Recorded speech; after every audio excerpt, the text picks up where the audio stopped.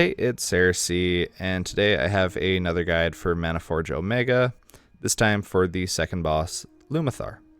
Loomi'thar is a two-phase boss. For the first phase, Loomi'thar will be locked in place at the center, and the mechanics will work around that. In the second phase, it's going to be a race to the finish of high AoE damage, constant area denial, and if you don't kill the boss in time, the boss is going to kill you. So let's get started.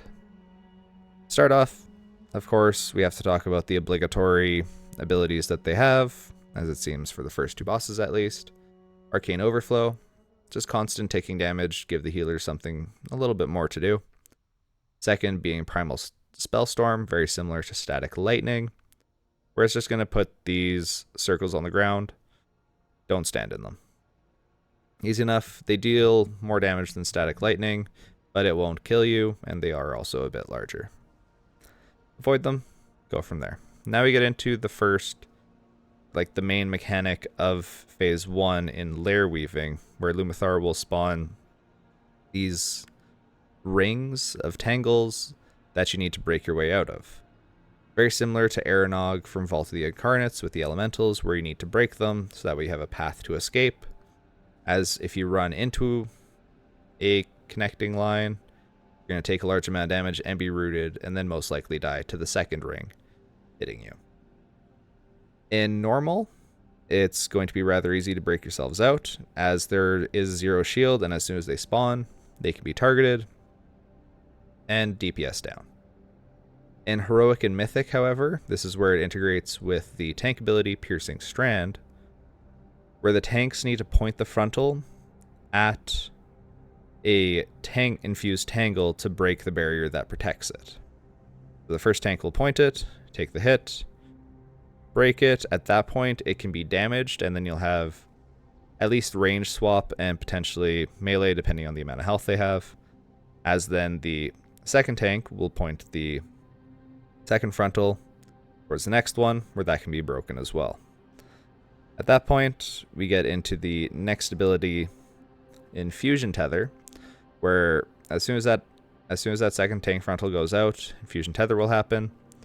In 20-man raid group, it looks like 4 people will be tethered, and then shortly after you're tethered, you'll be pulled into the center, and you will have a strand of silk attached to you.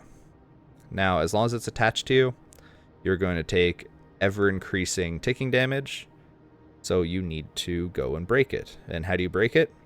You have to get outside of this blue circle on the outside. So, in this case, they're going to move out, go, get to the edge, and they will break. Now, what you need to take note of is on Heroic and Mythic, if you are standing in somebody else in a pool of living silk, which is what spawned by it, you will be stunned. In Heroic, it's 3 seconds. In Mythic, it's 10 seconds. And if you're stunned in something that is constantly dealing ticking damage, you're more likely to die. So when the pools first start out, when they get broken, they're small. They're about a player-sized, and they will grow from there. So what you're going to aim to do is you want everybody to break at around the same time. So that way the entire space taken becomes much less, as you need to keep as much space as possible going into Phase 2.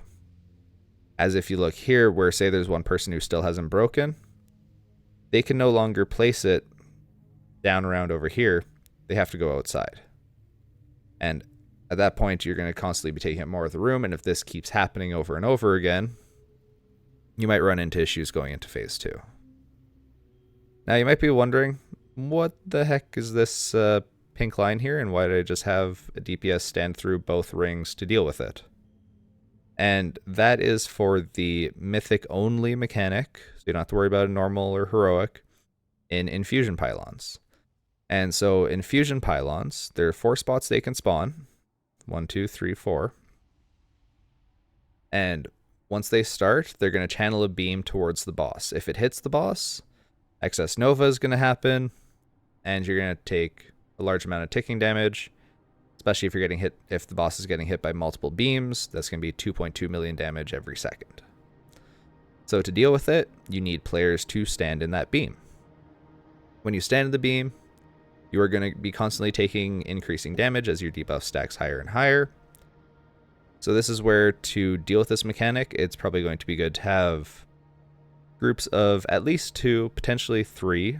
On PTR, I saw people being able to take the entire beam, but it looked a little scary, and especially early on with lower gear levels, it'll be important to have groups to deal with it.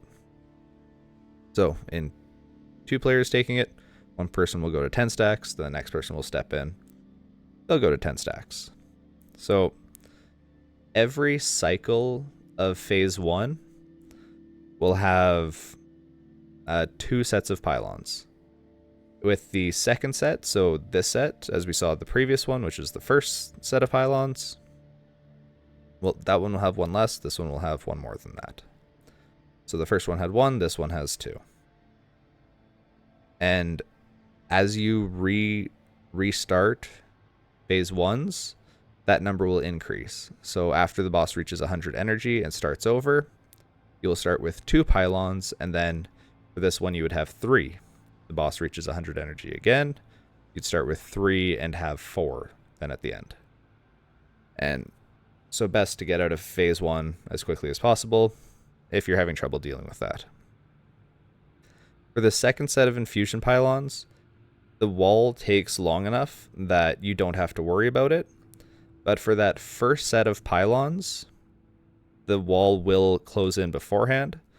So that's where it's going to be important, where you want to have people most likely with immunities to be able to go through the wall. So thinking of like Paladin Bubble, Cloak of Shadows for rogues, even displacement effects of mages being able to blink through, or warlocks being able to teleport outside. As in the worst case, if you have none of that, what you're going to have to do on that first set is, as it's closing in, this would still be continuing. You would have to have someone come out, run all the way around to get in front of that beam. But for the second set, they will end, they could come in a little bit more, and then escape without having to deal with it on the outside of the ring. So there, we had the second set of infusion tethers go off. They went and broke. And now the boss is going to be approaching 100 energy. And the boss reaches 100 energy, is going to start to cast Over Infusion Burst. Large AoE. Don't want to be in it. If you stand in it, you're going to die most likely. So at that point, everyone, it's 8 seconds, so you have some time. Get out to the edge of the room. That range is dead. And you'll restart phase 1 over from there. With, if you're on Mythic, increased number of pylons. And with that, this is where you want to avoid keeping the silks as close together as possible to minimize usage. Because just going through one cycle of it, even in the best scenario, you're probably taking up 1/4 of this circle here. So pay attention to where infusion tethers break as a group, take up as little space as possible. And for the pylons, have groups ready to swap soaks between. Now we enter into phase 2 when Loomi'thar reaches 50%. Loomi'thar will detach itself from its bindings, dropping to the ground, causing a decent hit of damage and a knockback to everybody. Additionally, this means Loomi'thar is going to take 25% increased damage for the rest of the fight, causing a bit of debate of whether it's better to use Lust to get through phase 1 faster, or to make the most use out of this damage amp. Secondly, when Loomi'thar drops, it's going to drop a pool of Arcane Ichor. This is going to be the main mechanic for area denial throughout all of phase 2. Now, phase 2 is pretty simple. There are only 2 mechanics to deal with. However, it is a very hectic phase and a lot of damage going out. So the first one is Writhing Wave, which replaces Piercing Strand, the tank hit. With Writhing Wave, it needs to be soaked by a group of people. In normal, it can be soaked by everyone every single time. However, in Heroic and Mythic, you need to have 2 groups that will rotate on every Writhing Wave. Very straightforward. Take the hit, go from there. Now, in preparation for the next mechanic, you're going to want to have a decent spread, as Arcane Outrage is going to be cast, which causes a large amount of ticking damage as well as a pushback throughout the entire channel. On Mythic, the one change that's had is that every single player will have a small circle around them, and if it cast ends and you hit somebody else, you cause them to take damage. That's where you want a good spread. On normal and heroic, you can just stack up and heal. Once it ends, Loomi'thar is going to drop another pool of Arcane Ichor. You deal with that by moving away, swap for the next group to take the Writhing Wave. Goes out, and then you're going to spread once again. Arcane Outrage will come out shortly after. Everyone has their circles. Something to pay attention to is that with the pushback, it might be worthwhile to let the healers take the back wall, so that way they can free cast without being moved, and everybody else can deal with it otherwise, as the amount of damage going out is rather high. But find what works best. Just make sure you're not overlapping. And then this is all that Phase 2 is. It is a race to the finish, as you're going to continue to run out of room over and over again, dealing with the frontal, spread, heal through the damage, and then move away from the pool, and repeat. And that is Loomi'thar. So I hope that this guide has been helpful, and good luck to everyone. Bye.